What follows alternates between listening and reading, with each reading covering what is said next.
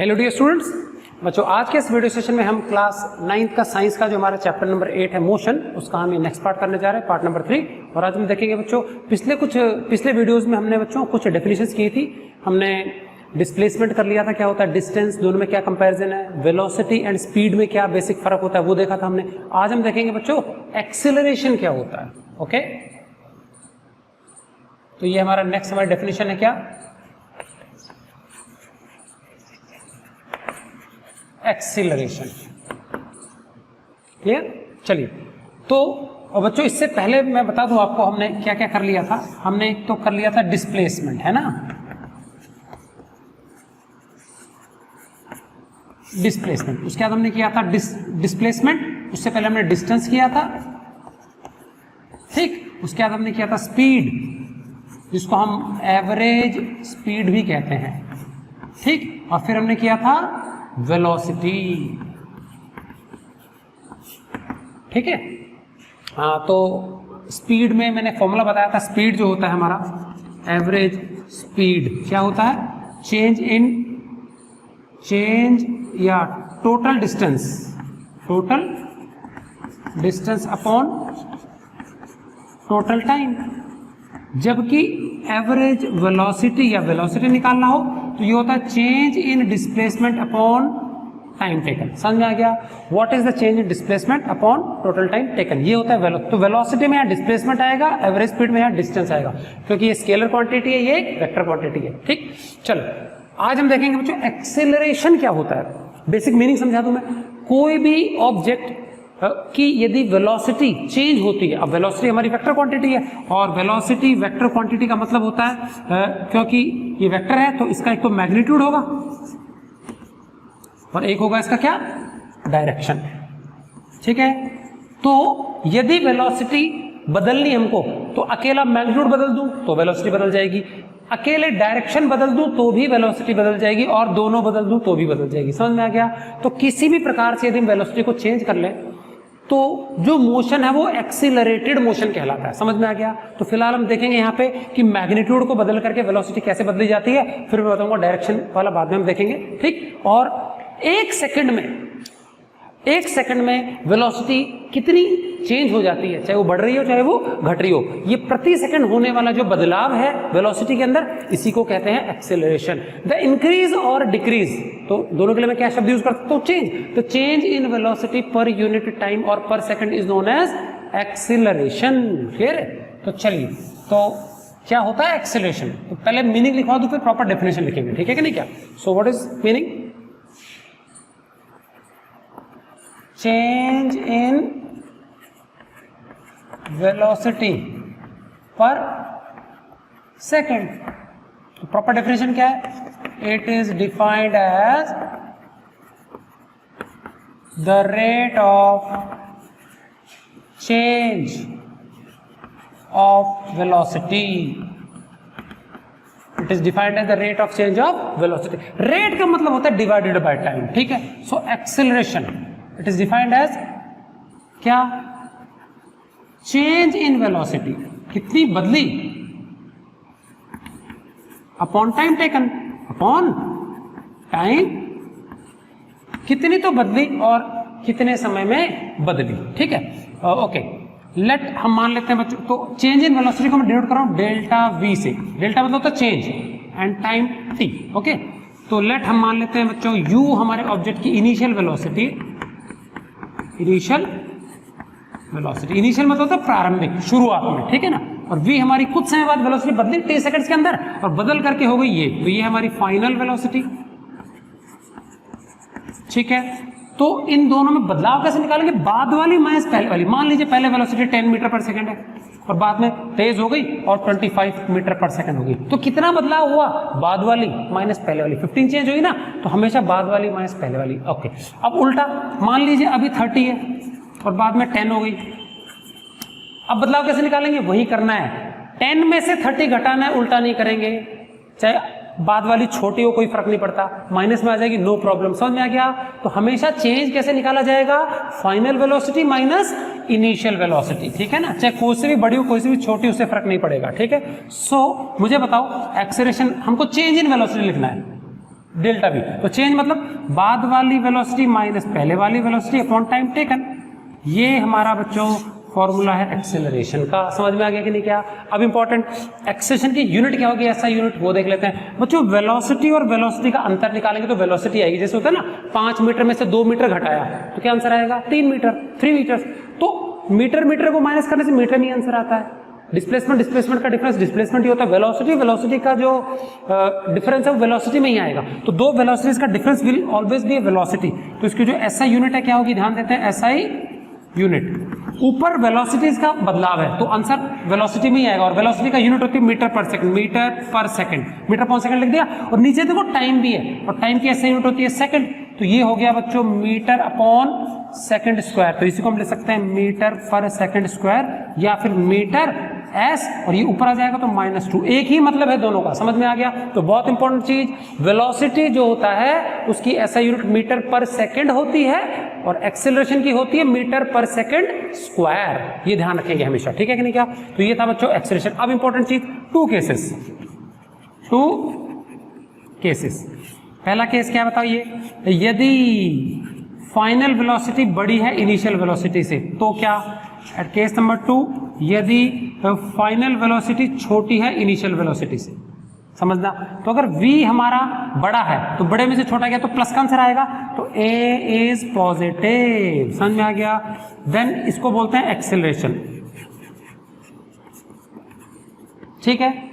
और अगर मान लीजिए शुरू में तो वेलोसिटी ज्यादा है, u ज्यादा है, और बाद में कम हो गई, ये तभी संभव है जब ब्रेक लगते हैं। समझ में आ गया कि नहीं? क्या तो इन दैट केस ए क्या हो जाएगा हमारा, बताइए। देखो हाँ, v छोटा है, छोटे में से बड़ा घटेगा तो माइनस में आंसर आएगा, तो ये होगा नेगेटिव। और नेगेटिव का मतलब ही होता है क्या हो रहा है, यहां पे ब्रेक्स आर अप्लाइड, यहां ब्रेक लग रहे हैं, ठीक है। और यहां पे एक्सेलरेशन नेगेटिव होगा। नेगेटिव एक्सेलरेशन के लिए दो और नाम है, या तो इसको रिटार्डेशन भी कह देते हैं, और या फिर इसको बोल देते हैं डिसिलरेशन। तो एक्सी में एसी की जगह डीई आ जाएगा, ठीक है। तो मैं लिख दूं यहां पे वर्ड्स में, नेगेटिव एक्सेलरेशन है ना, negative acceleration is also known as या तो रिटार्डेशन। रिटार्ड करना मतलब होता है स्लो डाउन करना, ठीक है, रिटार्ड स्लो डाउन। और डिसिलरेशन, जैसे डिक्रीज होता है ना, डिक्रीज में डीई से स्पेलिंग चालू, बस यहाँ पे भी डीई, और आगे का फिर ये स्पेलिंग यहां से यहां तक कॉमन है, CELERATION। तो करेक्ट प्रोनाउंसिएशन होना चाहिए DECELERATION, डिसिलरेशन। क्या पढ़ेंगे इसको,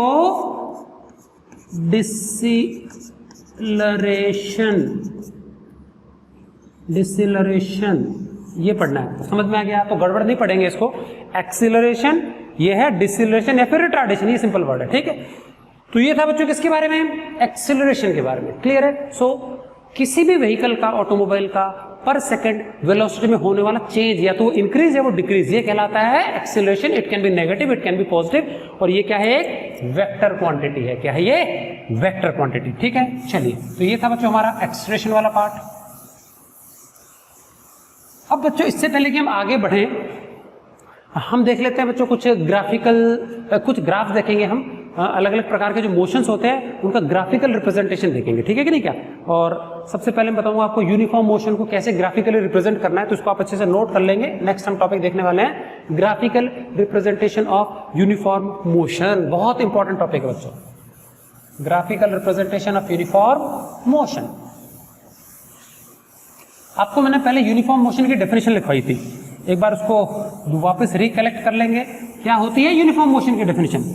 एक ऐसा मोशन जिसमें कोई भी ऑब्जेक्ट इक्वल टाइम इंटरवल्स में इक्वल डिस्टेंसेस कवर करता है, ऐसा मोशन कहलाता है यूनिफॉर्म मोशन। और इसमें मैंने लास्ट में एक चीज लिखवाई थी, v velocity is equal to constant. Velocity कैसी होती है यूनिफॉर्म मोशन में, कांस्टेंट। और वेलोसिटी के दो एस्पेक्ट मैंने भी बताया, एक मैग्नीट्यूड, एक डायरेक्शन। इसका मतलब अगर वेलोसिटी कांस्टेंट है तो ऑब्जेक्ट कि दिशा नहीं बदल रही, दिशा नहीं बदलने का मतलब it is travelling along a straight line, तो पाथ उसका स्ट्रेट लाइन पाथ होता है, यूनिफॉर्म मोशन में वस्तु है, एंड ना ही उसका मैग्नीट्यूड बदल रहा है, स्पीड कांस्टेंट है उसकी, समझ में आ गया। सो कोई भी वस्तु यूनिफॉर्म मोशन में है इसका मतलब it is travelling along a straight line without changing direction and without changing magnitude, that means velocity is constant. इसी चीज को हम ग्राफ से भी ऑब्टेन करेंगे बच्चों, ठीक है। चलिए, तो नेक्स्ट हमारा टॉपिक है graphical representation of uniform motion. फिर हम नॉन यूनिफॉर्म के बारे में भी देखेंगे। और ग्राफ क्यों बनाते हैं बच्चों? किसी भी टॉपिक को आसानी से समझने के लिए बच्चों। फोटोग्राफ्स हम आसानी से समझते हैं बजाय कि किसके, रिटन मैटर के, ठीक है ना। चलिए, graphical representation of uniform motion, बहुत जरूरी चीज। इससे पहले बच्चों मैं आपको छोटा सा एक आइडिया दे दूं, स्लोप यहां बहुत इंपॉर्टेंट एक टर्म आने वाली है। स्लोप को वैसे बोलते हैं ढलान। ढलान कब बोलेंगे? जब नीचे आ रहे हो। अच्छा, ऊपर चढ़ रहे हो तो इसी को हम चढ़ाई भी बोल सकते हैं, या तो ढलान होगी या फिर चढ़ाई होगी, ठीक है। अब मैं आपको ध्यान से देखना, 3 प्रकार के स्लोप बना रहा हूं, 3 क्या 4 प्रकार के बना रहा हूं। ये हमारा ग्राउंड लेवल है ना। मैंने सपोज एक ढलान बना दी ऐसे, नंबर 1 ढलान। नंबर 2 ढलान बना रहा हूं मैं, ये नंबर 2 ढलान है हमारी, चढ़ाई या ढलान, ऊपर जा रहे तो चढ़ाई, नीचे आए तो ढलान। नंबर 3 बना रहा हूं मैं ऐसे, और नंबर 4 बना रहा हूं मैं टेढ़ी बेढ़ी। ध्यान से समझना बच्चों, बहुत इंपॉर्टेंट चीज है। अब मुझे बताइए, अगर मैं आपको बोलूं कि इसको मैं 3 पार्ट में बांट दूं, A B C D, A B B C C D, यहां चढ़ाई ज्यादा है कि यहां ज्यादा है कि यहां ज्यादा है, हम पाएंगे कि बिल्कुल ढलान एक समान है। तो इस प्रकार का जो स्लोप होता है वो कहलाता है यूनिफॉर्म स्लोप या फिर कांस्टेंट स्लोप। ये कैसा स्लोप है? नंबर 1 कैसा स्लोप है? कांस्टेंट। चढ़ाई हर जगह एक समान है, यहां जितना जोर आएगा उतना यहां आएगा, उतना ही आएगा, कोई फर्क नहीं पड़ने वाला, समझ में आ गया? एक समान स्लोप है, ठीक। अब यहां पे एक बात करें हम, सपोज ये हमारा पाथ ए है, ए से बी, बी से सी, सी से डी। अब मुझे तो अगर आपको एक बाइसिकल देके इस रोड पे चढ़ाया जाए तो मुझे तो ए से बी तक आपके लिए चढ़ाई आसान है, बी से सी चढ़ाई ज्यादा डिफिकल्ट हो गई, सी से डी और भी ज्यादा डिफिकल्ट हो गई, समझ में आ गया? तो यहाँ पे डिफिकल्टी लेवल बढ़ते जा रहा है, समझ में आ गया? डिफिकल्टी बढ़ती जा रही है तो मतलब स्लोप भी बढ़ते जा रहा है। इस प्रकार का स्लोप कहलाता है इंक्रीजिंग स्लोप। पहले ढलान कम है, फिर एकदम से ज्यादा हो गई, स्टीप हो गई, ठीक। तो ये है हमारा कैसा स्लोप? नीचे से ऊपर जाता है, increasing slope, increasing slope. Second, तीसरा देखते हैं स्लोप बच्चों। ए है ये, ए से मैं बी गया, बी से मैं सी गया, सी से मैं डी गया। यहां देखें तो शुरुआत में परेशानी ज्यादा है, फिर आगे थोड़ा सा ढलान कम हो गई, फिर आगे तो ऑलमोस्ट फ्लैट सा हो गया, समझ में आ गया? तो यहाँ पे स्लोप शुरू में ज्यादा है, फिर आगे जाकर ढलान क्या हो रही है? कम हो रही है, ऑलमोस्ट फ्लैटन हो रहा है वो। तो ये डिक्रीजिंग स्लोप है, शुरू में चढ़ाई ज्यादा, बाद में कम, या पहले कम है बाद में ज्यादा, तो ये हो गया डिक्रीजिंग स्लोप। टाइप 3 कौन सा हो गया? डिक्रीजिंग स्लोप, समझ में आ गया? लास्ट वाला कभी तो इंक्रीजिंग, कभी डिक्रीजिंग, कभी कुछ वेरिएबल स्लोप, समझ में आ गया? यूनिफॉर्मिटी नहीं है, वेरिएबल स्लोप, वेरिएबल। क्लियर है बच्चों? 4 मेन प्रकार के। फिलहाल हमको ऐसे स्लोप से डील करना पड़ेगा, ठीक है कि नहीं? क्या तो स्लोप, अगर आपको कहीं पे अच्छा, स्लोप हमेशा हॉरिजॉन्टल से होता है, जमीन से, तो जमीन से एक लाइन खींचेगी, कितने झुकाव पे है, ठीक। अब मुझे बताना ध्यान से, अगर एक लाइन खींच दूं, एक ये, एक ये, एक ये, 3 लाइन है, 1 2 3, तो ज्यादा खड़ा ढाल किसका? इसका, इसका स्लोप ज्यादा है, इसका कम है, इसका कम है। अच्छा मुझे बताओ, अगर कोई लाइन बिल्कुल इसके ऊपर ऐसी पसरी हुई है, आपने देखा होगा फिसल पट्टी होती है ना, फिसल पट्टी, इस पे आपको बिठाएंगे तो फिसल करके आ जाओगे, इस पे बिठाएंगे तो देखो, इस पे बिठाएंगे तो धीरे फिसलोगे, धक्का मारना पड़ेगा, इस पे थोड़ा तेज, इस पे तो बिल्कुल गुड़ते हुए आ जाओगे। अच्छा, अगर इस पे बिठा दें आपको तो फिसलोगे क्या? कोई चीज अगर फ्लैट है तो उसका स्लोप नहीं है, स्लोप क्या है? बिल्कुल 0। तो 2-3 चीजें ध्यान रखना, जितना खड़ा ढाल है उतना ज्यादा स्लोप, एंगल ज्यादा होना चाहिए, ठीक। और जितना कम ढाल होता जाएगा स्लोप कम, और गिरते गिरते गिरते गिरते अगर हॉरिजॉन्टल पैरेलल आ गया ना तो स्लोप हो गया 0, समझ में आ गया?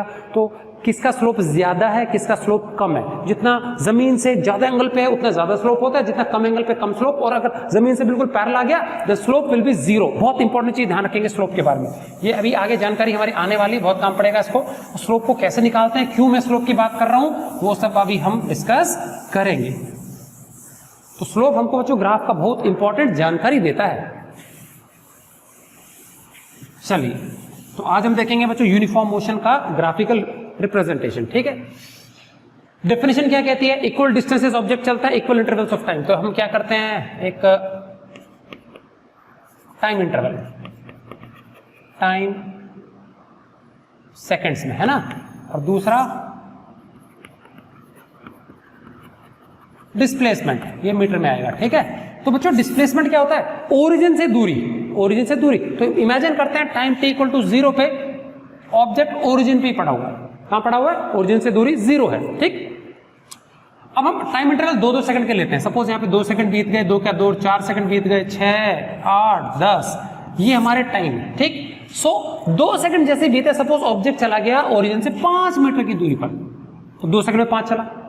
फिर अगले 2 सेकंड बीते और 5 चला गया, तो 5 के बाद 5 और चला गया, तो 10 मीटर की दूरी पर पहुंच गया ओरिजिन से। हमेशा ओरिजिन से ही बताना है। और 2 सेकंड बीते तो और 5 मीटर आगे चला गया, तो ये हो गया ओरिजिन से 15 मीटर की दूरी पर। और 2 सेकंड बीते 20 मीटर की दूरी पर, और 2 सेकंड बीते 25 मीटर की दूरी पर चला गया। क्लियर है। इस प्रकार का मोशन होना चाहिए हमारा, क्या, इस प्रकार का मोशन हमारा होना चाहिए यूनिफॉर्म मोशन। क्लियर है। तो अभी हम देखेंगे कि ये जो यूनिफॉर्म मोशन है इसका ग्राफ कैसे बनेगा बच्चों। अब ग्राफ बनाने के लिए बच्चों को 2 फिजिकल क्वांटिटीज चाहिए, 2 ऑलरेडी है हमारे पास, डिस्प्लेसमेंट और टाइम है। अच्छा, एक और काम कर ले हम, यहाँ पे फिर हम एक और करेंगे, वेलोसिटी का भी बनाएंगे ग्राफ। तो पहले मैं बता रहा हूं आपको सिर्फ डिस्टेंस टाइम ग्राफ। तो 2 मेन प्रकार के ग्राफ होंगे। पहला मैं बनाने जा रहा हूं डिस्टेंस, या फिर इसी को हम डिस्प्लेसमेंट भी बोल सकते हैं, डिस्टेंस या displacement, displacement versus time graph. समझ में आ गया। तो शॉर्ट में या तो डिस्टेंस टाइम ग्राफ बोलेंगे या डिस्प्लेसमेंट, क्योंकि यूनिफॉर्म मोशन में वस्तु स्ट्रेट लाइन में ट्रेवल करती है, और स्ट्रेट लाइन में कोई भी ऑब्जेक्ट ट्रेवल करता है तो डिस्टेंस और डिस्प्लेसमेंट एक समान होता है, ठीक है कि नहीं। क्या, चलो तो अभी क्या, डिस्टेंस और डिस्प्लेसमेंट में से कोई भी एक बोल दो, इसका ग्राफ बनाना है टाइम के साथ। अभी ध्यान देना, ये 2 फिजिकल क्वांटिटीज में से एक ऐसी है जो स्वतंत्र है, इंडिपेंडेंट है, दूसरी डिपेंडेंट है। बच्चों मैं बता रहा हूं 2 स्टेटमेंट, समय चेंज होने पर डिस्प्लेसमेंट चेंज होगा, या डिस्प्लेसमेंट चेंज होने पर समय चेंज होगा। तो दोनों में से सही क्या है, पहले वाला। समय बदलने के साथ साथ डिस्प्लेसमेंट बदलेगा। उल्टा नहीं बोल सकते कि डिस्प्लेसमेंट चेंज होने पर समय चेंज होगा, और डिस्प्लेसमेंट चेंज नहीं हो, गाड़ी ना हिले तो टाइम भी रुक जाएगा, ऐसा तो गलत है। तो क्या पहले बदलेगा फिर क्या बाद में बदलेगा, टाइम। टाइम किसी के लिए रुकता नहीं है, इंडिपेंडेंट क्वांटिटी है, समझ आ गया। तो समय के बदलाव के साथ साथ डिस्प्लेसमेंट बदलेगा, सही है। तो जो इंडिपेंडेंट क्वांटिटी है, स्वतंत्र क्वांटिटी, दूसरे पे निर्भर नहीं करती है, वो कहलाती है इंडिपेंडेंट क्वांटिटी टाइम। उसको हमेशा एक्स एक्सिस पे प्लॉट करेंगे, और जो डिपेंडेंट क्वांटिटी है, निर्भर क्वांटिटी है, उसको करेंगे वाई एक्सिस पे। चलिए, ये लिख लिया मैंने ग्राफ, है ना, ये एक्स एक्सिस, ये वाई एक्सिस, ठीक है। एक्स एक्सिस पे हमको टाइम शो करना है। इंडिपेंडेंट क्वांटिटी मैंने 10 तक लिया, तो 2-2 की स्केल ले लेते हैं। ये 0 2 4 6 8 10, 2 4 6 8 10, यहां लिख लेंगे time, it will be in seconds. चलिए, ये हो गया हमारा टाइम एक्सिस। और ऊपर क्या लेना है हमको, डिस्प्लेसमेंट लिखना है। तो मैं सिर्फ सिंबल लिख रहा हूं, displacement, it will be in metres. आ गया जी, ठीक। अब डिस्प्लेसमेंट देखो, हमारा 5 की गाड़ी चल रही है, तो हम 5 का टेबल लिख देंगे। 0 के बाद में 5 10 15 20 25 30 चलेगा।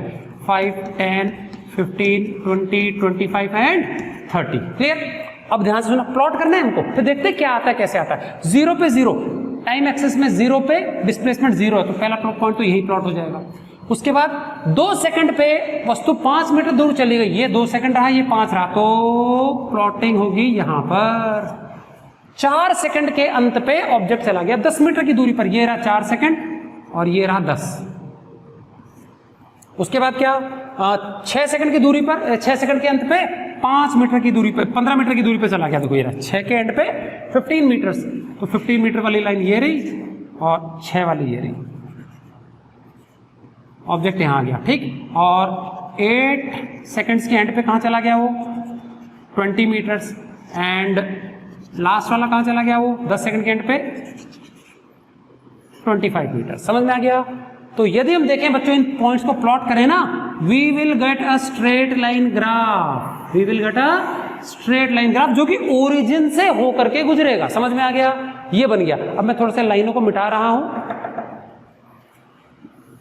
इन लाइनों को थोड़ा सा मिटा देता हूं, है ना, थोड़ा क्लैरिटी आ जाएगी। अब ध्यान से सुनना बच्चों, अब मुझे बताओ इस लाइन को देखो हॉरिजॉन्टल के रिस्पेक्ट में, ये इसका स्लोप है, ढलान है कुछ। अब मुझे बताओ चार में से स्लोप का टाइप कौन सा, मैंने चार बताए थे, constant, increasing, decreasing and variable. तो देखो बिल्कुल स्ट्रेट लाइन है ना। तो मुझे बताओ शक्ल देख के पता लगता है कि स्लोप क्या है, कांस्टेंट। स्लोप क्या है, कांस्टेंट। अब बच्चों मैं स्लोप का एक फॉर्मूला बता रहा हूं, ध्यान से समझना। स्लोप का फॉर्मूला क्या होता है, स्लोप का फॉर्मूला होता है delta Y upon delta X. ये फॉर्मूला हमेशा ध्यान रखेंगे। डेल्टा मतलब चेंज अलोंग वाई एक्सिस और यह चेंज अलोंग एक्स एक्सिस, ठीक। अब मुझे बताओ एक्स एक्सिस ये रहा, वाई एक्सिस। कुछ भी ऐसे चलेंगे तो दूरी ऐसे नपेगी तो वो चीज हमारा टाइम होगा, ऐसे नपेगी तो वो हमारी दूरी होगी, ठीक। अब इस लाइन का हमको ढलान नापना है, मर्जी है, कोई भी दो पॉइंट चुन लो, कोई भी दो पॉइंट रैंडमली। चलो हमने ले लिया ये वाला और ये वाला, कोई भी दो ले सकते हैं, समझ में आ गया। अब मुझे बताओ इन दोनों पॉइंट्स के या तो ऊपर या नीचे हमको एक राइट ट्रायंगल क्रिएट करना है। चलो मैं नीचे कर लेता हूं, ऊपर भी कर सकते हैं। तो नीचे करूंगा तो क्या, इधर से तो इसके पैरेलल और इधर से वाई एक्सिस के पैरेलल, एक तरफ से एक एक्सिस के पैरेलल, दूसरे से दूसरे के पैरेलल, ठीक है। अच्छा, अगर मेरे को ऊपर ट्रायंगल बनाना होता, अब आप बोलोगे कि मैंने इधर से ऐसे ही क्यों खींचा, तो मैं इधर से वाई एक्सिस के पैरेलल खींच सकता हूं, उधर से एक्स के, तो हमारा ट्रायंगल ऊपर बन जाता, ऐसे बन जाता हमारा। समझ में आ गया ट्रायंगल, कोई इश्यू नहीं है, कहीं पे भी बना लो, कोई फर्क नहीं पड़ेगा। अब जो ढलान है वो कैसे नपेगी, ढलान नपेगी हमेशा change along vertical axis divided by change along horizontal axis. अब मुझे बताना ये वर्टिकल एक्सिस ये रहा, देखो इसके अलोंग चेंज कितना है, देखो ये वैल्यू, मुझे इतना गैप निकालना है, ये कितना है बताओ। तो देखो ये वैल्यू 25 है और ये वैल्यू कितनी है 10, तो मुझे तो सिर्फ इतना गैप निकालना है ना। तो 25 पूरा, उसमें से 10 घटा दो, कितना आएगा ये, 25 में से 10 गया तो मुझे बताओ ये जो डेल्टा वाई है ये कितना आएगा, 25 में से 10 घटा दो, कितना आ जाएगा 15। और ये किस में, मीटर में है, तो ये मीटर में आना चाहिए। समझ में आ गया कि नहीं क्या, ये किस में आना चाहिए, मीटर में आना चाहिए, ठीक। अब ये हमने निकाल लिया change in along Y axis. अब ये बताओ ये क्या है, चेंज अलोंग एक्स एक्सिस। ये देखो ये वैल्यू कितनी है 10 और ये वैल्यू कितनी है 4, तो डेल्टा एक्स मतलब 10 में से क्या 4 गया तो कितना बचेगा 6, ये आएगा सेकंड में। अब ध्यान से सुनना बच्चों, मैं स्लोप निकालने जा रहा हूं ग्राफ से, फ्रॉम ग्राफ तो ग्राफ समझ गया, graph is a straight line passing through the origin, ठीक। अब ग्राफ से पता लगा हमको स्लोप क्या आएगा बताओ, स्लोप होना चाहिए delta Y upon delta X. अच्छा, वाई एक्सिस के अलोंग बच्चों क्या ले रखा है हमने, डिस्प्लेसमेंट ले रखा है, तो उसको मैं लिख दूंगा delta S upon delta T, change in displacement upon इस तरफ है चेंज इन टाइम, ठीक। और हमको पता है डेल्टा एस क्या होता है, और डेल्टा एस तो डिस्प्लेसमेंट और डेल्टा टी टाइम। डिस्प्लेसमेंट और टाइम का जो रेशियो होता है वो होता है वेलोसिटी। क्या होता है वो, वेलोसिटी। मतलब ये जो स्लोप है ना, स्लोप ये क्या जानकारी देता है, ये वेलोसिटी की जानकारी देता है। अब मैं निकाल भी लेता हूं velocity, delta S upon delta T, ठीक। क्या दे रहा है हमको, ये वेलोसिटी दे रहा है। चलो निकाल बाद में लेंगे वेलोसिटी।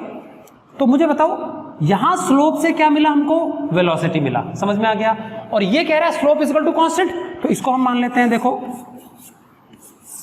नंबर 2, इसको मान लेते हैं नंबर 1, है ना। ये तो शक्ल देख के पता है स्ट्रेट लाइन है। और ये हमने स्लोप निकाला change in Y axis upon change along X axis, Y axis के अलोंग डिस्प्लेसमेंट, एक्स एक्सिस के अलोंग टाइम है।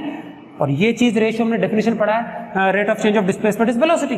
तो अगर इन दोनों की तुलना करें, ध्यान से सुनना, स्लोप बराबर कांस्टेंट, स्लोप बराबर वेलोसिटी। तो देखो लेफ्ट साइड में स्लोप है, तो देयरफॉर फ्रॉम 1 and 2 हम क्या पाते हैं, वेलोसिटी इक्वल टू कांस्टेंट। और मैंने आपको डेफिनेशन में बताया था कि हमारा यूनिफॉर्म मोशन जो होता है उसमें वेलोसिटी क्या होती है, कांस्टेंट होती है, ठीक है। अब बहुत इंपॉर्टेंट चीज, कई बच्चों को सीधा सा क्वेश्चन हो सकता है, ये तमाशा क्यों समझाया और हमारे क्या काम आया ये जानकारी, समझा क्या, कि ये क्यों पढ़े हम।